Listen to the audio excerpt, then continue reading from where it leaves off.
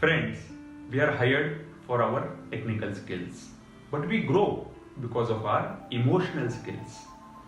Hi, I am Meghnand Dungarwal, founder and chief coach at Shunya's Deep Work Lab. We are so glad to share the topic of emotional management before you. You are going to see lots of techniques of emotional management in this video. They are glimpses but very useful. So enjoy, learn and apply. For more detailed program and organizing this event on this topic in your organization, you can contact us at the number and email given below. Thank you. So everyone, welcome again. Let us begin with the topic of emotional management.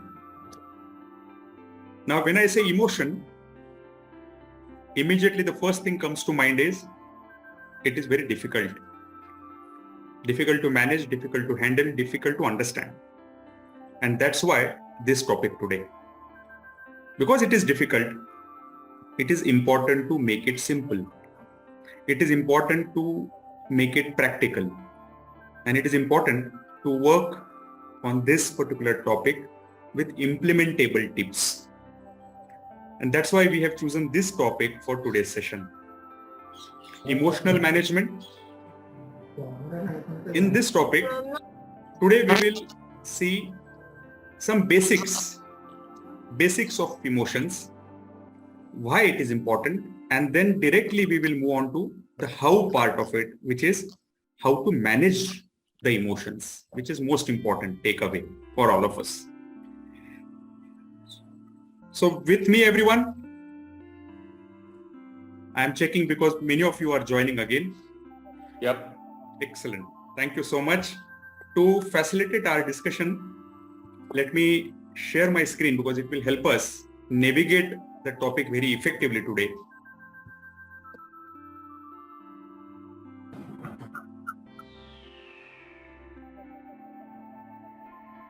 So let me begin.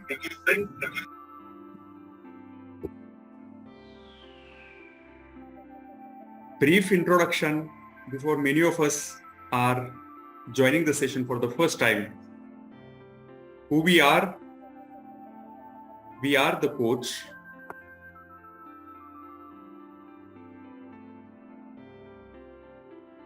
What is our role?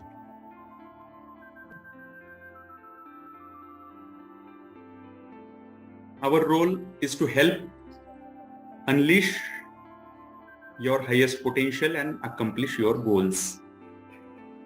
That is the role of a coach. And we proudly play that role. We happily play that role. We passionately play that role.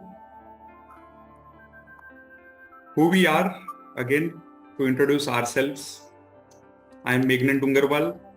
I am Chartered Accountant, CPA and CISA by profession, and a certified executive coach from last 4 years. I run the company called Shunya's.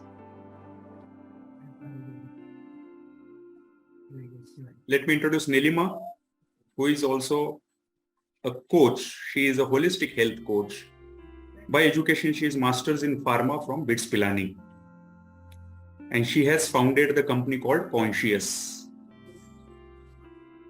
And let me also introduce Dr. Yash Velankar, who is a mindfulness coach, and by education he is MS in psychotherapy as well as BAMS. So the summary, all of us present for all of you today, the entire purpose is to help all of us achieve complete wellness. You can observe, I come from business consultancy background, professional commercial background. Nilima comes from health medicines background. And Dr. Yash Velankar comes from Am I audible? mindfulness background. So with all of us have together a parallel here, Zoom call running. yeah, we can hear you. I think you can hear us. all of us together here for the purpose of a complete wellness, 360-degree wellness. Moving further.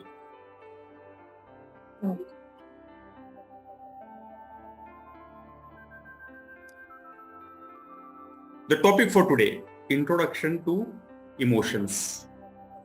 Now, what can you see in the picture here? If I may ask few of you, just one line.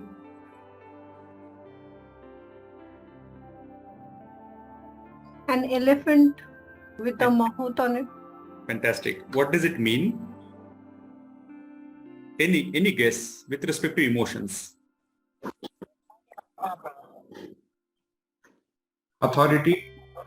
All right. Thank you. What else? Someone controlling the elephant. All right. Thank you so much. Nice guesses. This depicts the entire topic of emotional management. In the picture, the elephant denotes emotions, feelings, and the rider denotes the rational mind, our thoughts. What does it denote in totality? We need both emotions as well as rational mind. The rational mind is to guide our emotions, to use our emotions to our advantage. However, the rational mind is capable to a certain extent. Who is more powerful in this particular picture? The inner strength, the elephant or the rider? What do you think? The inherent strength. Elephant. Elephant. Wow. I Fantastic. think the rider. Fantastic. We have two opinions here. Both the answers are correct to a certain extent. We need both. We need a very well rationalized mind, and we also need a very well groomed and managed emotions. Then only we can really charter our path effectively. Emotions are powerful. Emotions possess power. Now let me take you further to this journey to define emotions. While there are so many technical definitions around it, we don't want to get there because we want to make it simple and practical today. In our definition, emotions are nothing but energy that sets you in motion. Energy that sets you in motion is equal to emotion. So the definition itself is so powerful. The energy that sets you in motion. It helps you to take action, which prompts you to take action, which compels you to take action is emotion. And therefore it is so critical to manage our emotions effectively. Let's move further. Why it is so critical? Why? Let us go one by one. The recent episodes that we all of us have experienced. Maharashtra's political crisis. The major reason was emotional management more than anything else. They require support. Some years back, couple of years back, we are still experiencing the corona outbreak. It tested our emotional management skills more than anything else. Going one step further, the purpose of emotional management and how it can be used positively as well as negatively for positive cause as well as difficult cause. Mr. Martin Luther King. Anyone knows him and any famous line that he has shared with the world? Anyone?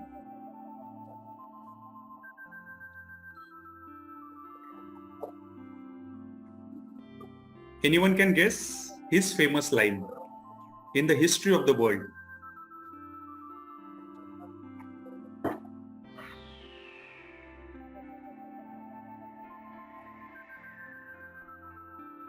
Okay, his line was, "I have a dream." And this one line catalyzed the emotions of entire America. He catalyzed the emotions of the people, and the result is independent USA. Next, who is this gentleman? Mr. Warren Buffett. Wow. We all professionals relate more with this person, isn't it? And rightly so. What does he say about emotions and emotional management? Very, very important to know. His own words.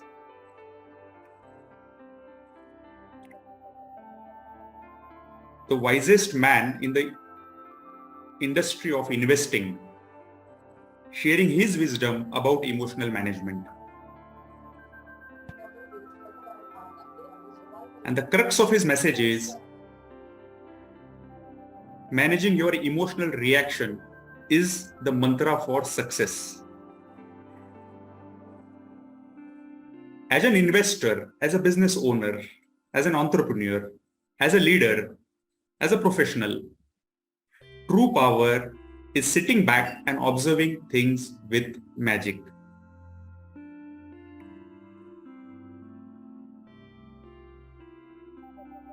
Now let me move further to showcase the importance of emotional management again, and then we will move further on the how part. What can you see in the picture on the left hand side is a person possessing different skill sets, and that is why he is hired for. So we are hired for our individual, personal, technical, functional skills. With me, everyone? Yes. Yes. Thank you. Yeah. Thank you. We are hired for our technical skills. We are hired for our functional skills. We are hired for our subject matter skills. And I also kind of. But we are promoted. For our people management skills, emotional management skills, the way we connect with people, the way we relate with people. So this is the secret of professional growth, professional promotion, professional achievements. And whenever you are dealing with people, the first thing that comes into picture is emotional management. And that is why this topic is so critical in this age. Let me move further and start understanding few questions which comes to our everyone's mind on time to time basis. So I'm going to invite our expert on mindfulness, on psychotherapy, Dr. Yash Velankar. Velankar sir? Yes, sir. A question to you, sir. EQ and IQ. We hear this term quite frequently. So what is EQ and what is IQ in your opinion, sir? And do we need both or do we need either or? Thank you. So basically it is a quotient. So IQ means intelligence quotient. And in this test, one test ability to count or to understand the information saying in the sentence. So it is a general intelligence question. Okay.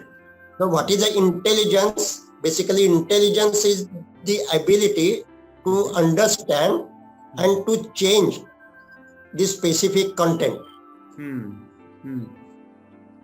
So anyone may be a number smart.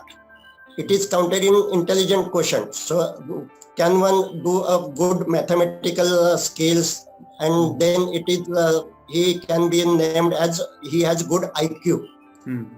So he has the ability to understand the concept behind that number, and he can do different calculations quickly. So he is good in IQ.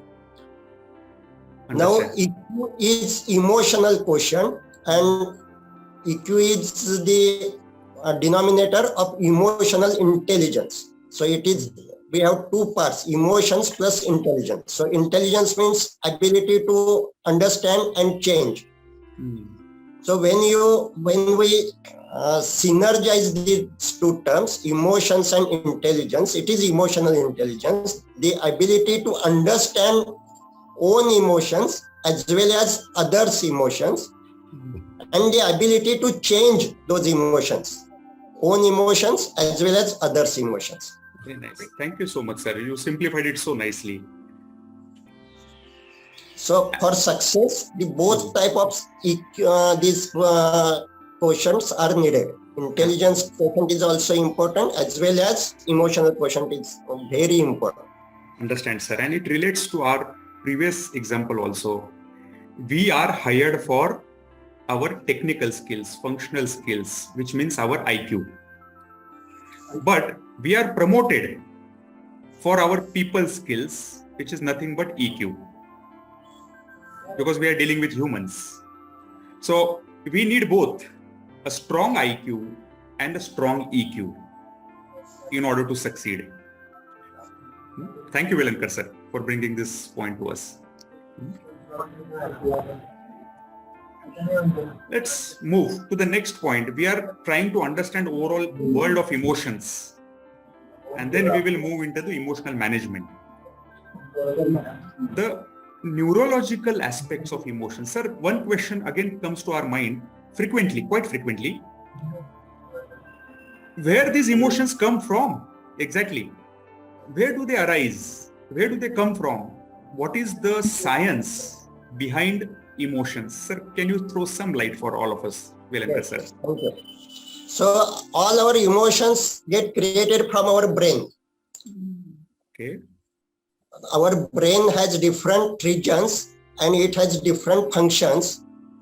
So you can see this image, and there are different regions in our brain. So one part of our brain is collecting information, what is happening outside. So that part is connected to sense organs. So we can understand what is in front of me, and I can analyze what is it. Then there is some part in our brain, here it is named as a hippocampus. It is a part where memories are stored. So I understand what is in front of me based on my memories. And there is a third part, it is named as amygdala. It is also named as emotional brain. That is the creator of all emotions. So that amygdala, its function is, it is always analyzing and reacting to the situation. Is it a safe situation, or is there any danger in this situation? And that amygdala's reaction creates all emotions. So when that amygdala analyzes that there is something dangerous, it reacts. And because of its reaction, chemicals get secreted in our brain as well as in our whole body.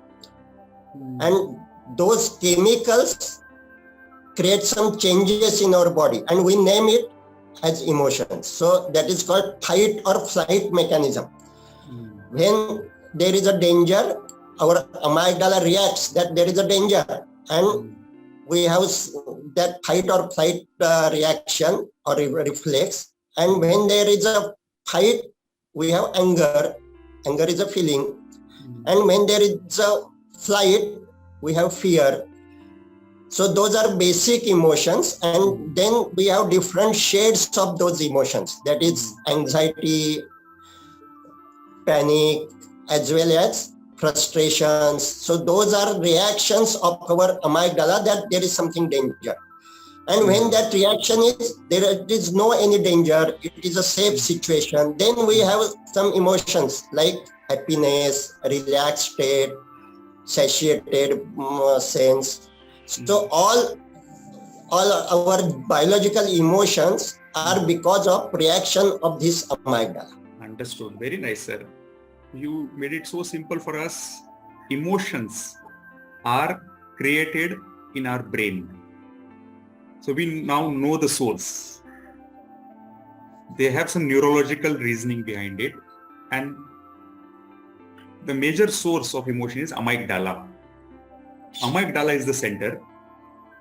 Sir, would you like throw some light on the prefrontal cortex? What is its role, sir? So you can see the purple color in this second image. That is the part evolved in only human beings. All other animals don't have this part. And that is the part who can control or regulate our emotions. So there is a neurological research that when any person is impulsive, is behaving impulsively, crying or doing any impulsive action, at that time only amygdala is active. That prefrontal cortex is silent, it is not active, and that phase is called emotional hijack, because at that time emotional brain hijack all energy in our brain. But when I have anger and I notice that my mind has anger, but I will not show it in this meeting, but I will talk to that person that we will meet after this meeting and discuss this matter. At that time, if my brain is scanned, the one region in my brain, prefrontal cortex, that purple area in our brain is active. So that part has an area and it is named as emotional regulation center. Understood. So to manage our emotions, we should activate that emotional regulation center and reduce activity of our amygdala. So nice. So nice. Now we know what is the source and what is the solution. Our solution is to activate our prefrontal cortex and regulate our amygdala in order to manage our emotions. Well, to relate to our example again, the rider on the elephant who controls the elephant is our prefrontal cortex, the rider. And the amygdala is the elephant possessing huge inherent power, but needs to be controlled well. Great. So with this learning, we will move further. We will experience also how to do it in just some time. Thank you, Velankar sir. Let me move further with another interesting concept relating to emotional management, which is the placebo effect.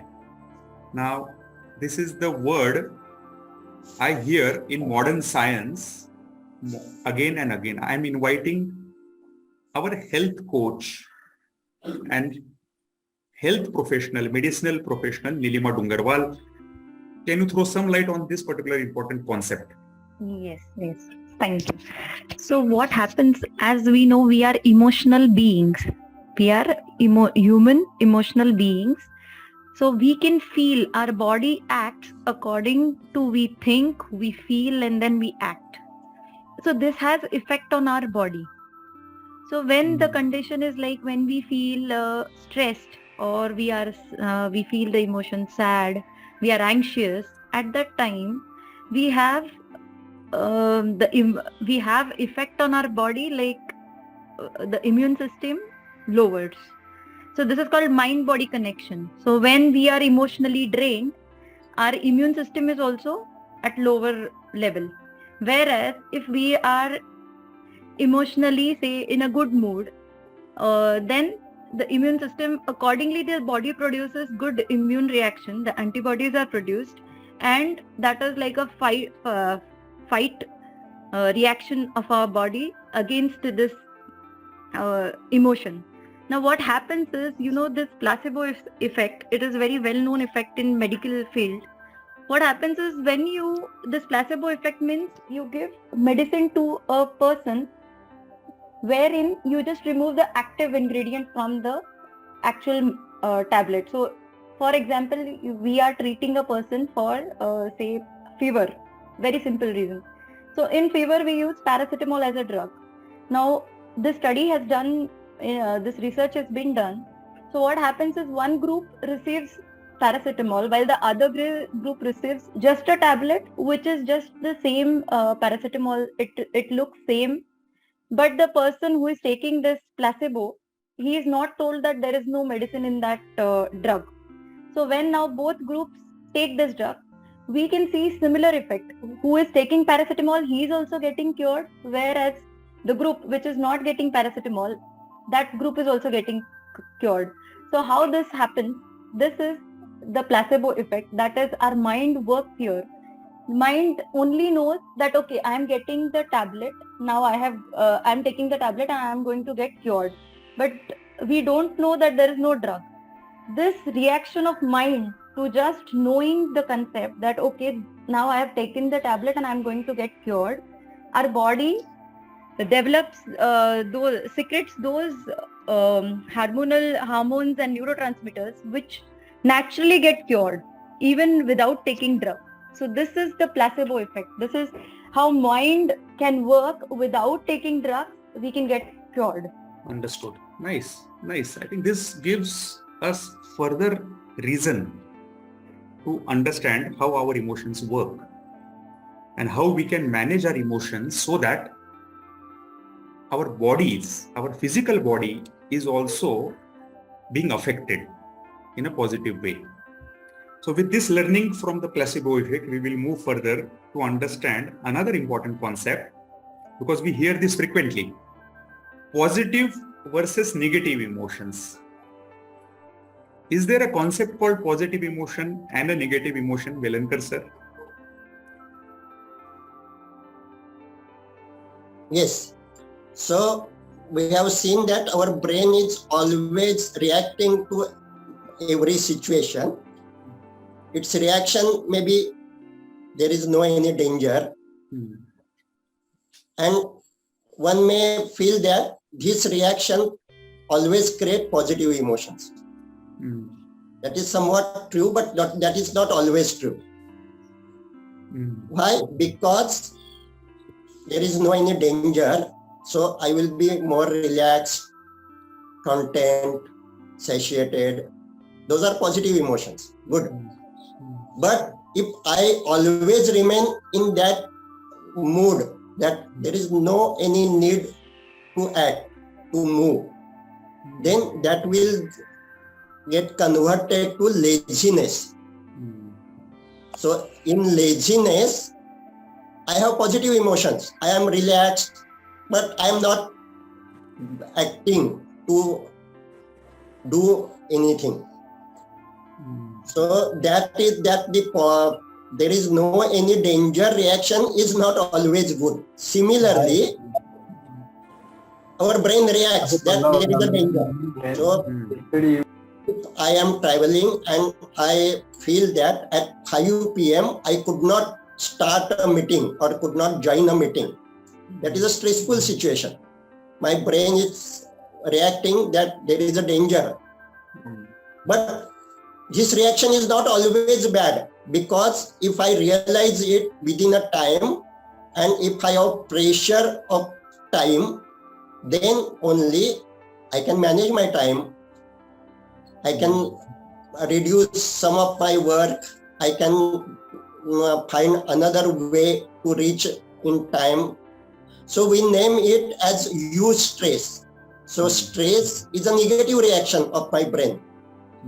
There is something danger to my image, to my survival, but that is not always bad, because it will motivate me to find some other way. So that is the eustress. But if that stress, that negative reaction is very intense, then that is bad. Then I have panic attack. If that negative reaction is too intense, then I may have a bout of anger. So for a negative reaction, I should reduce its intensity as well as its period.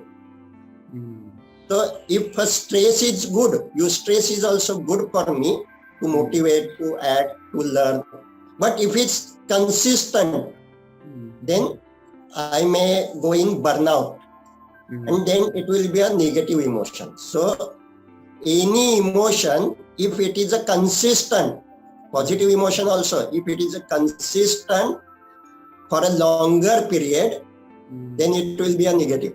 Very nice. I think what we understand from you is positive vis-a-vis negative. Instead of that, we can term emotions as useful and non-useful. So useful emotions, which are important as of now for me to achieve my goals, for me to take action.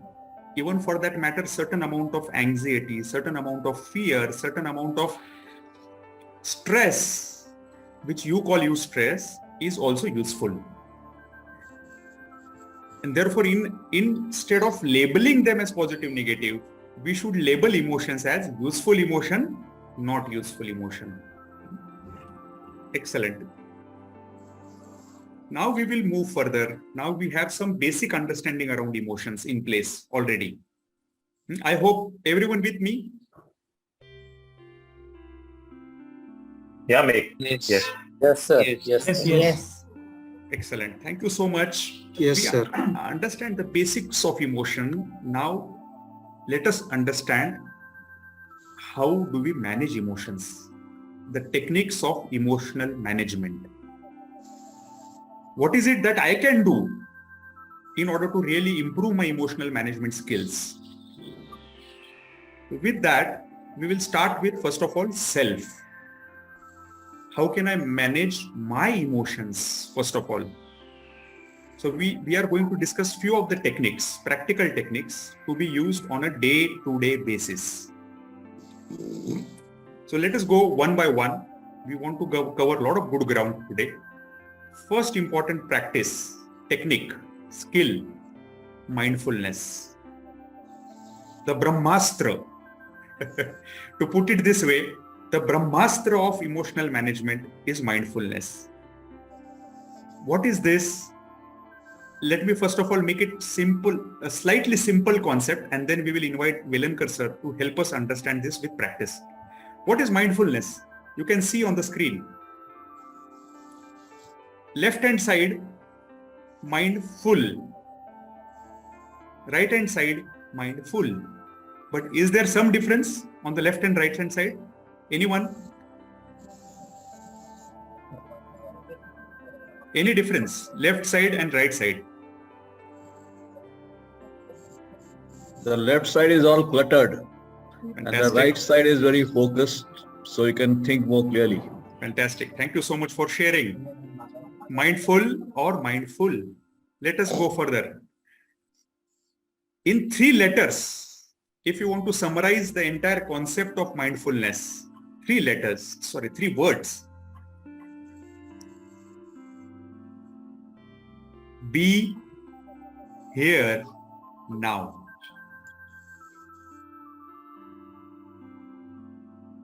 Be here now. You can say this is the lesson, the learning, the Brahmastra. But how do we do that in our day-to-day life? How do we develop that practice of being here now? Is where we need a practice for us, a technique for us to practice. So I will invite Velankar sir.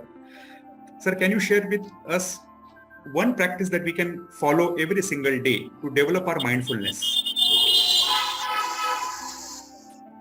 Yes, thank you. So Yes, sir. please mute all. There is some disturbance.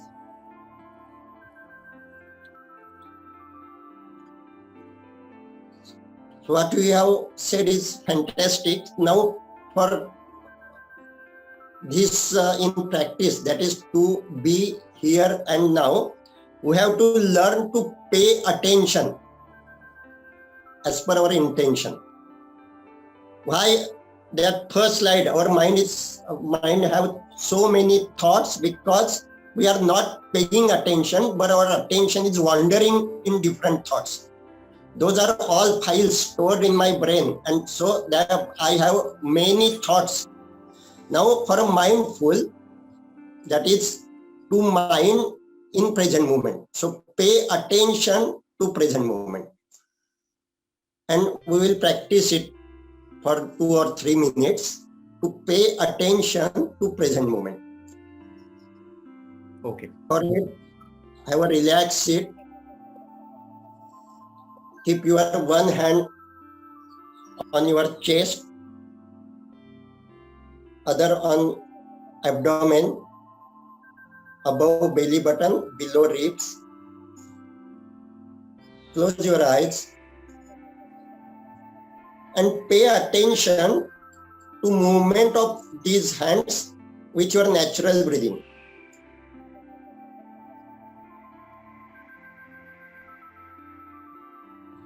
Your body is doing breathing, and because of it, you will have movement in your chest or abdomen. You have to pay attention to movement of your chest or abdomen.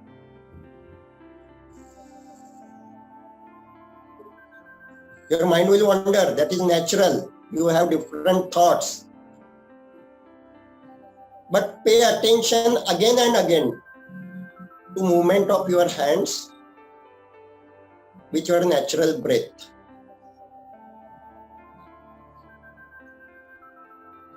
Breath is going inside, going outside, and you are noticing.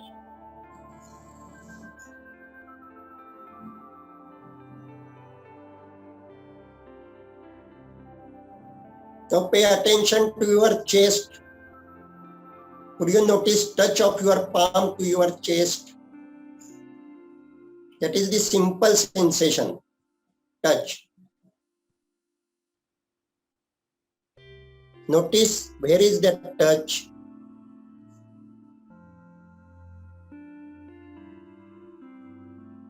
Pay attention to your entire chest region. You can notice touch of your palm. You can notice movement of your chest. Is there any other sensation in your chest in this moment? In heaviness,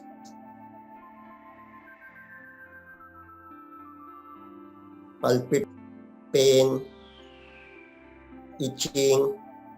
Just notice. And if there is any sensation, don't do any deliberate thinking. Why it is happening is the deliberate thinking. Just notice what is happening in your chest in this moment.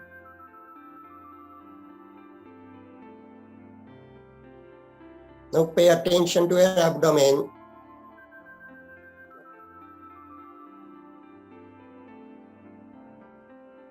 Notice touch sensation of your palm.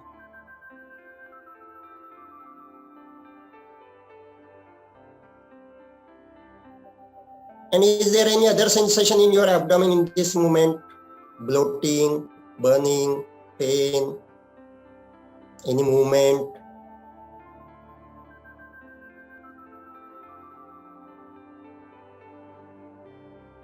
Spread your attention to entire front region of your body, chest and abdomen. You are noticing movement of your chest or abdomen with a natural breathing.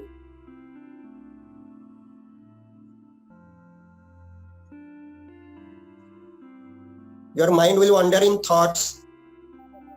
That is natural and obvious. Those thoughts may create some feelings of calmness, boring, anger, irritation.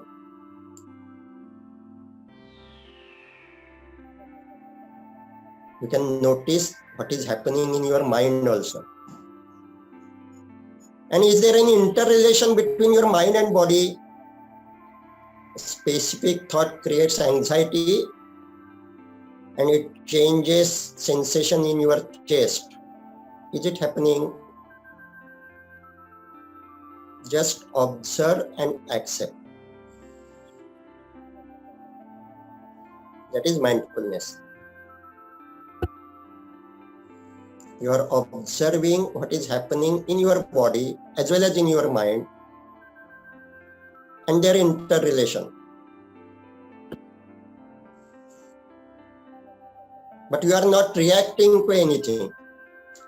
So you are reducing habit of your emotional brain to react to every situation.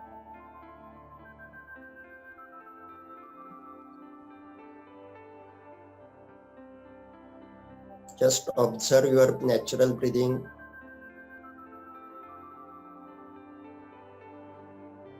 Now pay attention to your entire body. Where are your legs? How is your neck?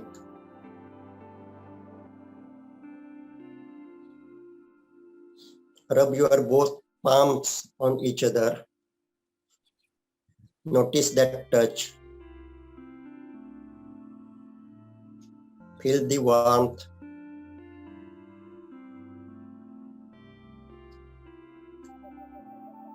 Keep your palms on your face, on your eyes. Notice that touch. And open your eyes slowly. Thank you.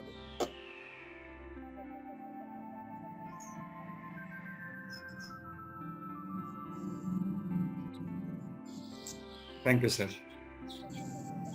Thank you. So, practice of observing is mindfulness. Being attentive to the present moment is mindfulness. And this is the Brahmastra for emotional management because it has its roots in the brain.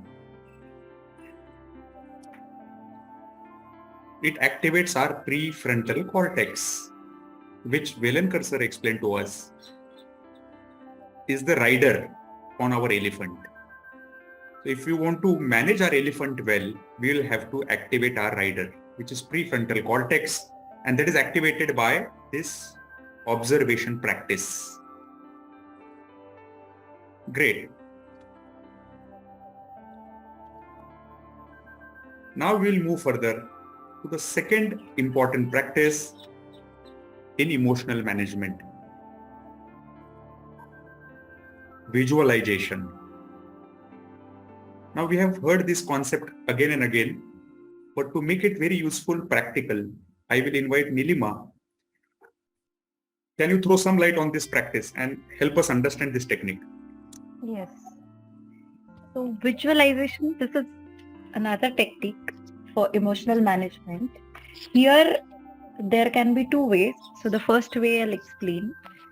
So now, particularly when we are in a situation, say we have in this week, we have an important client meeting or we have some discussion, we have some presentation to give, or we have a client meeting where we want to directly meet the customer. Now, when we know this already that we are going to face this, what we can do is, in future, we can just imagine, visualize that thing and just see how it works. So can I ask everyone to just close your eyes? Now everyone will have their, say in this further week, some or the other meeting or presentation or some important discussion you might be having. So we are just going to visualize that scene in front of our eyes, that we are in that client meeting. We are there, present there.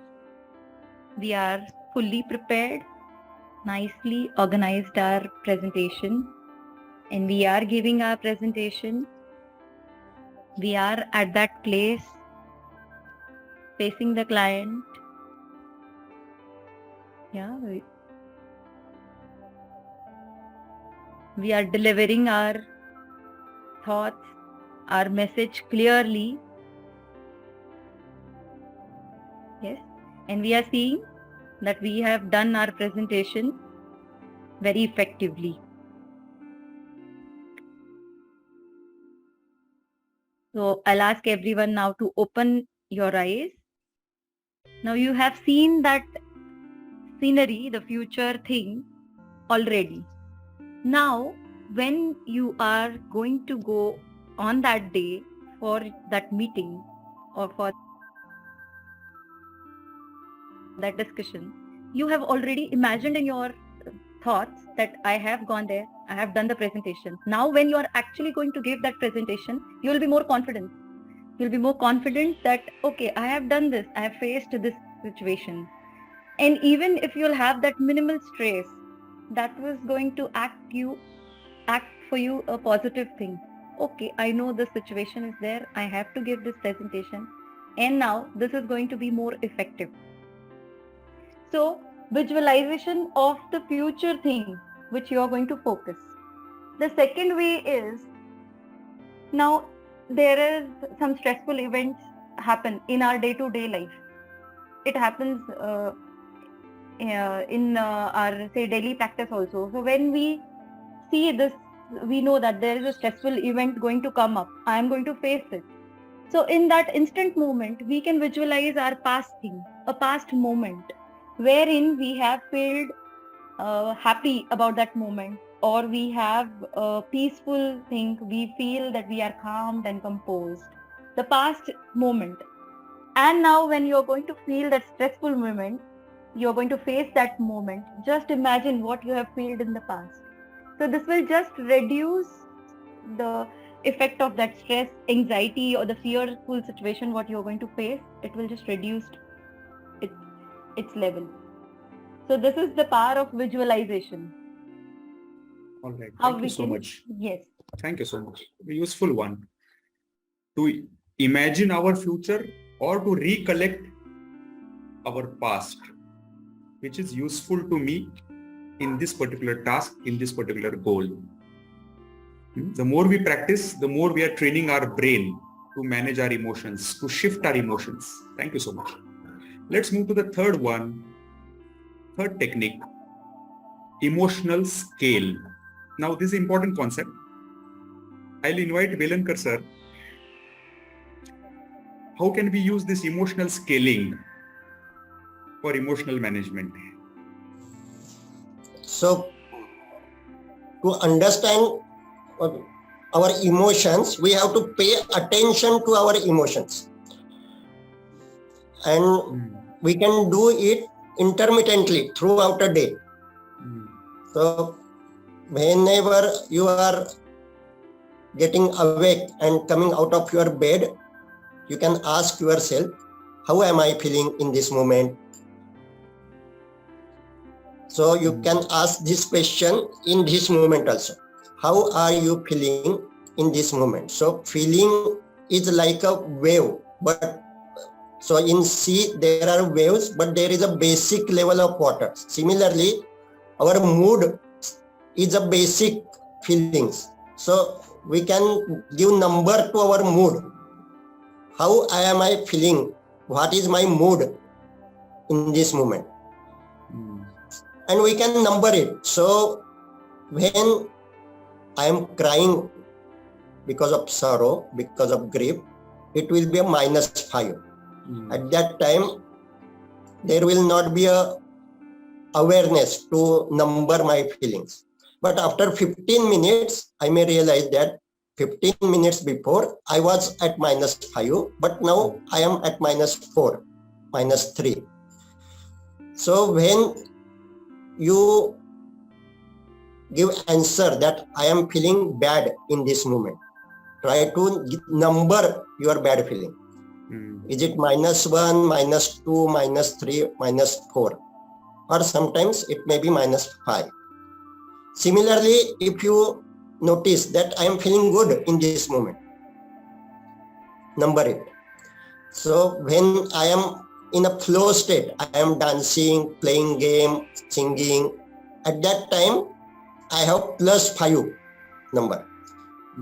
So at that time also I am not aware to give a number, but after 15 minutes, I can number that 15 minutes before I was very happy. Now that happiness is reduced, but it is now +4, +3, +2 or +1. So when we give number to our mood, we are diffusing from our mood. And we are activating our prefrontal cortex to analyze our mood. Fantastic. Otherwise, we are flowing away with our mood, those thoughts. And so this is a simple technique to reduce activity of our emotional brain in this moment and just number your feelings. Understand. Sir, for chartered accountants and professionals, giving numbers to anything is easy. Now we will practice this with our emotions. So if I'm happy, I will give a number. How much happy? 1, 2, 3, 4, 5. If I'm sad, how much sad? 1, 2, 3, 4, 5 minus. So the more I give number, I'm going to reduce the intensity of that emotion to keep me balanced. That's what we are expected to do, Velankar sir? Yes.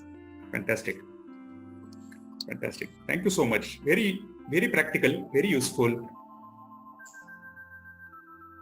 Now we will move to the next one. I don't know how many of you heard this concept called happiness chemicals. I will invite Nilima. Can you throw some light for this? Yes. So happiness chemicals, when the emotion, this is emotional chemical, what we can say, we can name them as neurotransmitters. They are secreted in our body. There are 4 happiness chemicals to name in as serotonin, dopamine, endorphins and oxytocin. So these are the chemicals. They are secreted when we face some emotions. So when we are in a happy or excited state, these hormones are secreted in body. Now what happens is, as I had explained the placebo effect, how that works, here is the solution of that this endorphins, when we are happy or say when we are in a positive mindset or we know, okay, we are going to get cured, these endorphins are released in body. And these endorphins are nothing but they are natural painkillers of our body. They have similar structure like that of our painkillers, like the natural opiates are there. They have that natural. So this is our body's natural painkiller. So these hormones are secreted in body. Now there are various situations wherein these hormones are secreted. So when we do different activities like exercising, when we practice yoga, or say when we are doing this breathing exercise, that time also these hormones, different hormones are released, and they have their different emotional response to that, like what they release. So these are called as happiness chemicals. So whenever we do such activities, they are released in our body and we feel good. The feel good factor is there in ourselves. So this helps in our emotional management. When we are depressed or we feel low, that time these natural chemicals help us. Understand. So to put it possibly to our practical use, if I am depressed, I am not feeling good, I am low on my mood, what is that one instant action that I can do to release endorphins in my brain? What do you think? What is that one action I can do? So that one action is just a smile or laugh. So at that moment, just a smile on your face, it will start releasing these chemicals in body naturally. So simple practice is to smile at that moment. Okay. So can we do it right away? Sure. So can I ask everyone to have a smile on their face? Eventually you can laugh also. So by laughing, the more chemicals will be developed. More secretion of these chemicals will be there in our body. Is everyone with me? With us? Yes, everyone is laughing. So this laughter Yes, club, sir. all they do the same thing in our body naturally.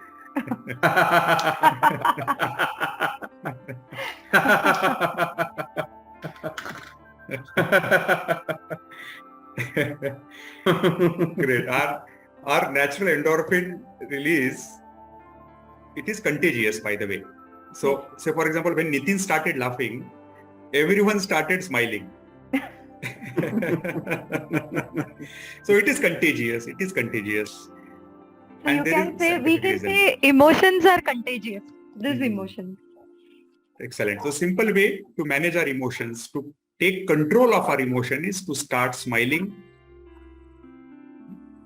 Okay, let's move next. There is good ground to cover further. Self-emotional management. Introspection breaks. Reflection breaks. Now, how many of you have taken at least 1 or 2 days off purely for yourself in last 1 year? Purely for yourself. Solo. Can I ask this question? How many of you taken an introspection break? Sachin sir? Yes, yes, sir. How was your experience, sir? Have you taken a break? Yes, sir. I generally take break for my own purpose, for foreign trip or for other things. Even we used to give holidays to our office team also. So this is really important. Even for our emotional management, this is also important. Absolutely. So nice. So nice. What happens exactly when you give introspection and reflection break is you rationalize your behaviors, you rationalize your actions, you understand the root cause of your emotions. Why I was angry, why I was depressed, what happened exactly. So you rationalize, you get a space to rationalize yourself. And that is what is about elephant and rider. Please remember that image again and again and again. We need a rider to manage our elephant. And reflection break में यही होता है, आप आपके rider को activate करते हो, आप सोचते हो, आप चिंतन करते हो, आप मनन करते हो. So important, but somehow not practiced. Most important technique. This time we can express our emotions, we can write down, we can share with someone. We find some expression to our inner emotions.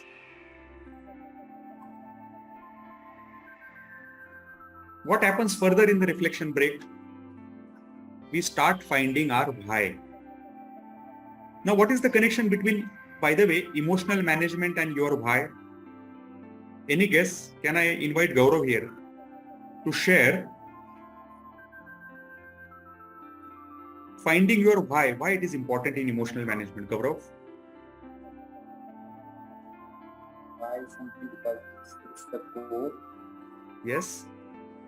Once you are clear with your purpose and with your goal, then emotions also are more balanced. Fantastic. Fantastic. So nice. When you know your core, when you know your purpose, when you know your vision, then small ups and downs, upheavals don't bother you. There are going to be ups and downs throughout our life. However, when you have a destination in your mind, then those small ups and downs in your emotional setup will not bother you, because you always look at your bigger picture. Yes or no? When you have your bigger picture in front of you, small upheavals don't bother. And therefore so critical. It comes last in the sequence. But if you reverse the order and do it first, it really helps in our emotional management. With me, everyone?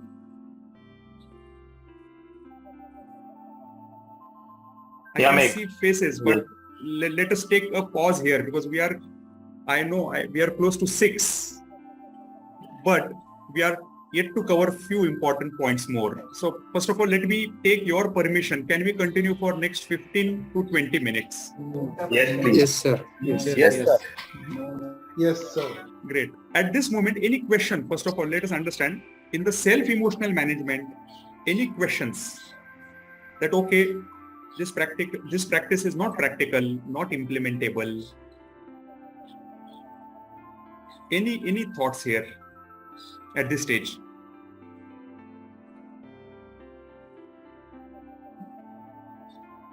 Okay. Now let us add next angle to emotional management, which is how to manage emotions of others. As a leader, as a business owner, entrepreneur, senior, in fact, senior in the family, we are not only managing our own emotions, we have to manage others' emotions. We have understood the techniques of managing our own self, which is 50% of our work. Balance 50% will become easy with these techniques. First, empathy. Most important skill as a leader. Empathy. Nilima, can I invite you to throw some light on this particular point? Yes. Empathy. So empathy is what? To put yourself in other shoe. That is what? To recognize how the other person will feel. So as emotional intelligence, what we called it as, knowing our emotions, but with ourselves, knowing others' emotions. So the person who is emotionally intelligent, we know him as he also bothers or he also knows how the other person feels. So what happens with this empathy is, like for example, say a new person joins in your company or in your office. Yeah, a trainee or a new joinee comes. So what he expects is from you, from the senior person, from his manager, is that how our manager should feel, how we must make him feel. So more compassionate, say more supportive, give him a broader prospect, broader idea, what our goal is, what our purpose is, and make him feel as a team member of ourselves. Like how we can feel, make him feel more comfortable working with us. That is empathy. Knowing others' feelings. That is sensing how the people's emotions are there. Imagine yourself if you are at his place, what you expect from your boss. The same situation. So the person who is more empathetic, he is more peaceful at managing relations. He can manage relationships well with your colleagues, with your joinees, new joinees. So that is empathy, knowing others' emotions. Thank you, Nilima. Very nice. I can relate to this. Suppose, for example, a senior person joins my team. What is important for me to understand the possibly state of emotions right now that he or she is going through. A senior person is thinking, am I really important in this organization? Am I going to add some value in this organization? What is going to be exact role that I am going to play in this organization? I need to understand the emotional state. I need to give him that affirmation that, okay, you are doing good, you are not doing good. I need to give him feedback. Very important. The person who joins, he expects some recognition of the efforts put in. As a leader, my role is to recognize the efforts, appreciate, applaud. It is empathy. And what one point I take away from this empathy point, because which is the crux of emotional management of others, is a person will not have same emotional state throughout his lifespan. True. As he progresses, as she progresses with different life experiences, the emotional needs are different. So as a leader, I need to gauge, I need to understand what is the present emotional need of this individual. With me, everyone? Yes. Can we move to the next one? Just make. All right. Now, one point which made a lot of difference when I started observing emotional management, communication and words, the words I use in day-to-day life, how it impacts the emotions of others. Let me take one example here.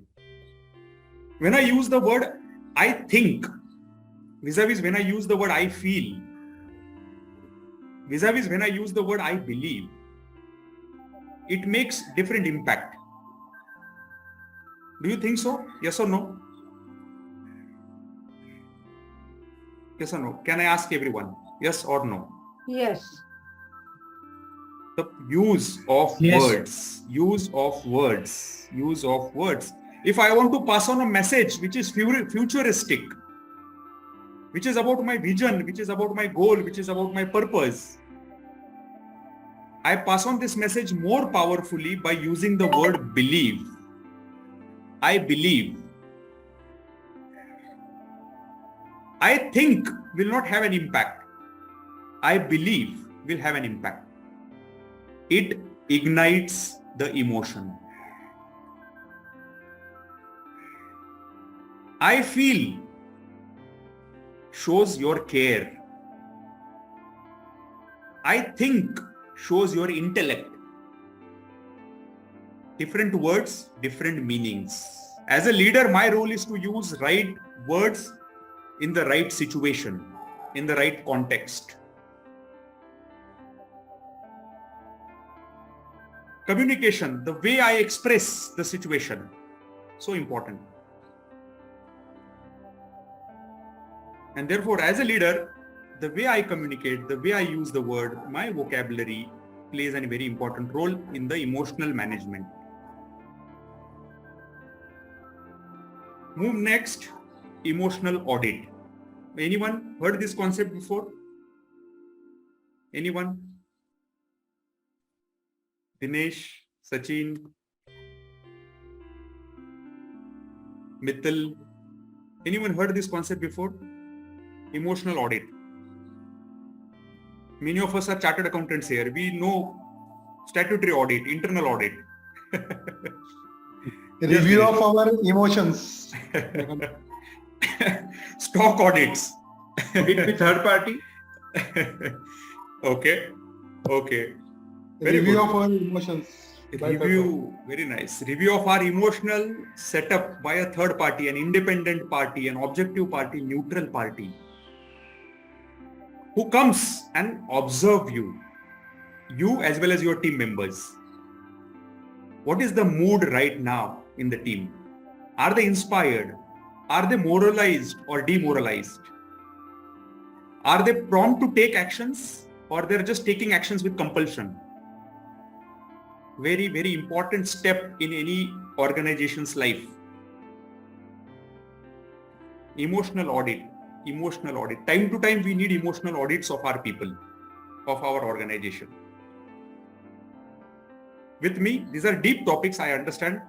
We want to cover as many areas and techniques as possible, but these are a few important takeaways for all of us.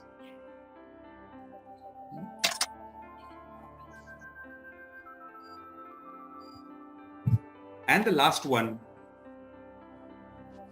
as an individual, I need a why. As a team, we need a purpose. As a team, we need a purpose to ignite the emotions of my people. Because of my why, I'm not burdened with small upheavals in my emotions. Similarly, my team needs a why. They need a purpose. They need a vision so that their day-to-day upheavals in their emotions, struggles, pains will not bother them. They see a big picture. They see a long-term destination of this organization, which they want to be part of. They find meaning in the work that they do when, as a leader, you communicate your purpose with them. You communicate your vision with them. You communicate your goals with them. You communicate your long-term destination as an organization with them. The most important aspect in today's world, especially, people need meaning in what they do. Yes, with me, everyone? Yes. Yes. So the crux now, We have seen the techniques of self-emotional management. We have seen the techniques of others' emotional management as a leader, as a senior. But the exact crux of all these techniques, if you want to summarize in 3 words again, first of all, being aware. Aware, aware, aware. What is happening in my mind? What is happening in my people's mind? What emotions I am feeling? What emotions my people are feeling? What is the scale of my emotions at this moment? What is the scale of emotions spread across in my organization? Aware, observe, aware, observe. Second, accept. Accept, accept. Okay, this is the state of my emotions, accept right now. This is the state of emotions in my team, accept. Unless I accept, I cannot change.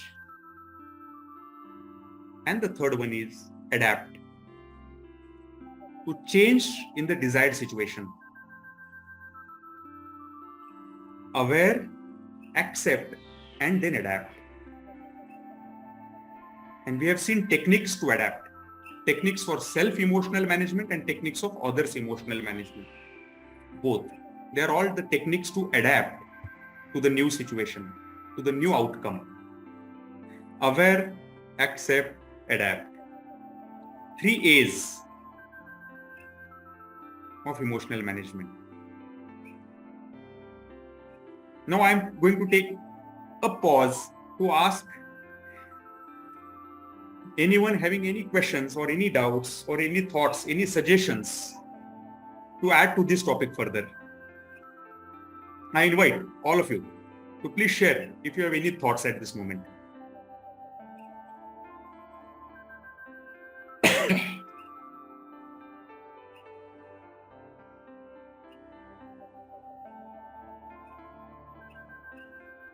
Have I hijacked everyone's emotions? Make the mindfulness practice that you had, the exercise that you had scheduled on this call, Yes, was really helpful. And this actually also gives us the medium on how to meditate it further and how to take those thoughts further as well. So that's my takeaway from the session. very nice. Thank you. Thank you. Mindfulness, we also term it as good breath. A good breath technique, which means taking small breaks of 2 minutes throughout my day and just observe my breaths, natural breaths coming in, natural breaths going out. That's it. Nothing else. Very powerful technique. In fact, Google has made it a corporate project throughout the company. Good breath project. Because they know the importance of stable state of mind and stable state of emotions for creativity and for performance. Great. Anyone?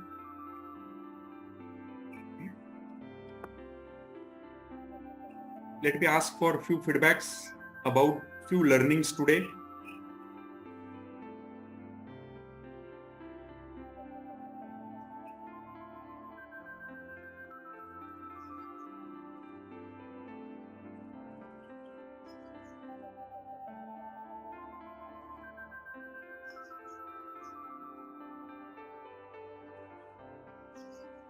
Anyone would like to share any thoughts or one important learning for today for themselves? One key learning. Yes, Meghnand. Yes. Happiness, smiling releases our happy chemicals. That is very important. Okay. That we have forgotten. Excellent. Never did in the life. Yes. Very true. Thank you. Thank you for sharing.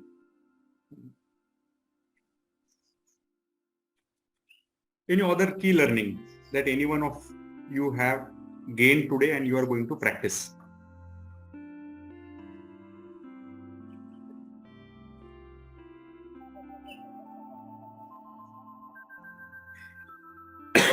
Sure. Also, introspection breaks, that is also very important.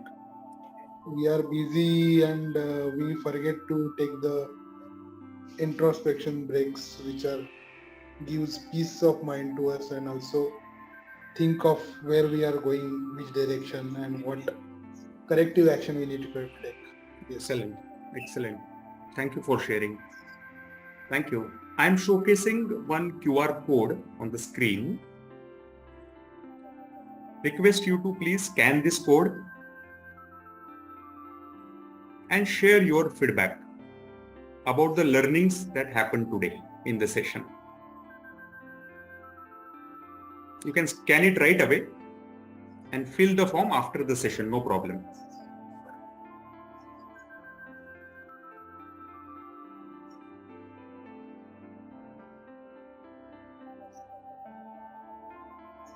When we ourselves document our learning, our understanding becomes confirmed. We reaffirm ourselves that, okay, I have learned this. That is a reaffirmation that I am going to practice this. Very important. Acknowledge our learnings or count our learnings.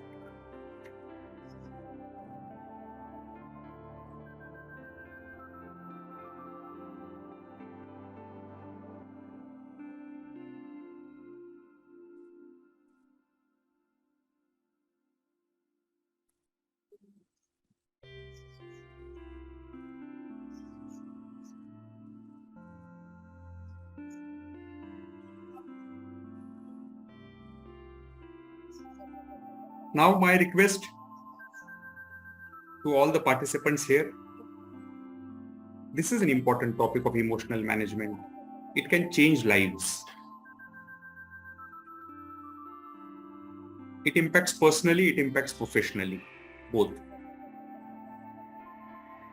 So if you think this topic can be useful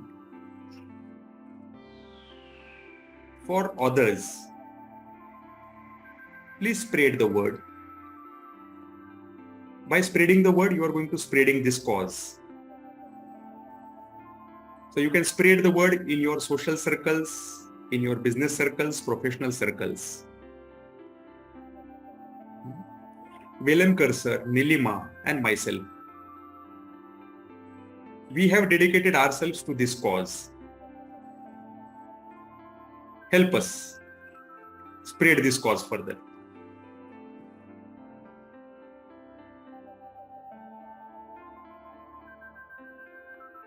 Last couple of requests. Many of you know already, a community to inspire ourselves every single day, because we need constant inspiration, we need constant affirmations, we need constant reinforcements to act. We have formed one community. Please become part of it.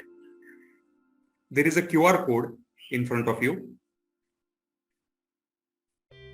Please join this community.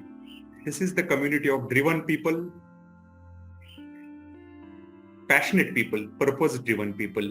Please join and experience the power of everyday inspiration to move further, to achieve, to accomplish.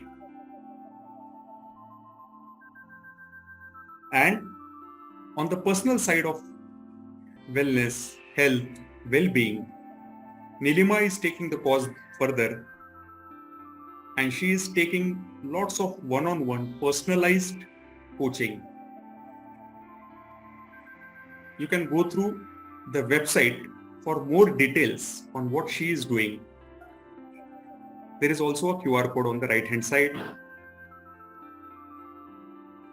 And the website also you can go through directly, which is www.conscious.co.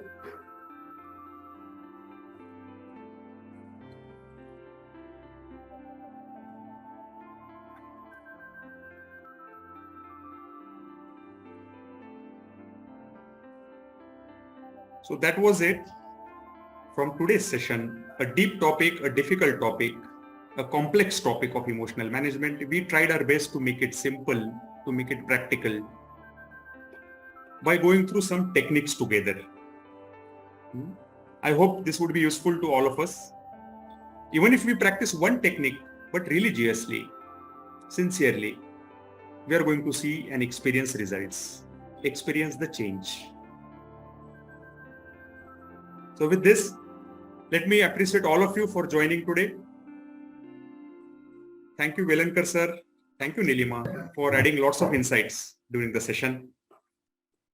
And thank you everyone for joining.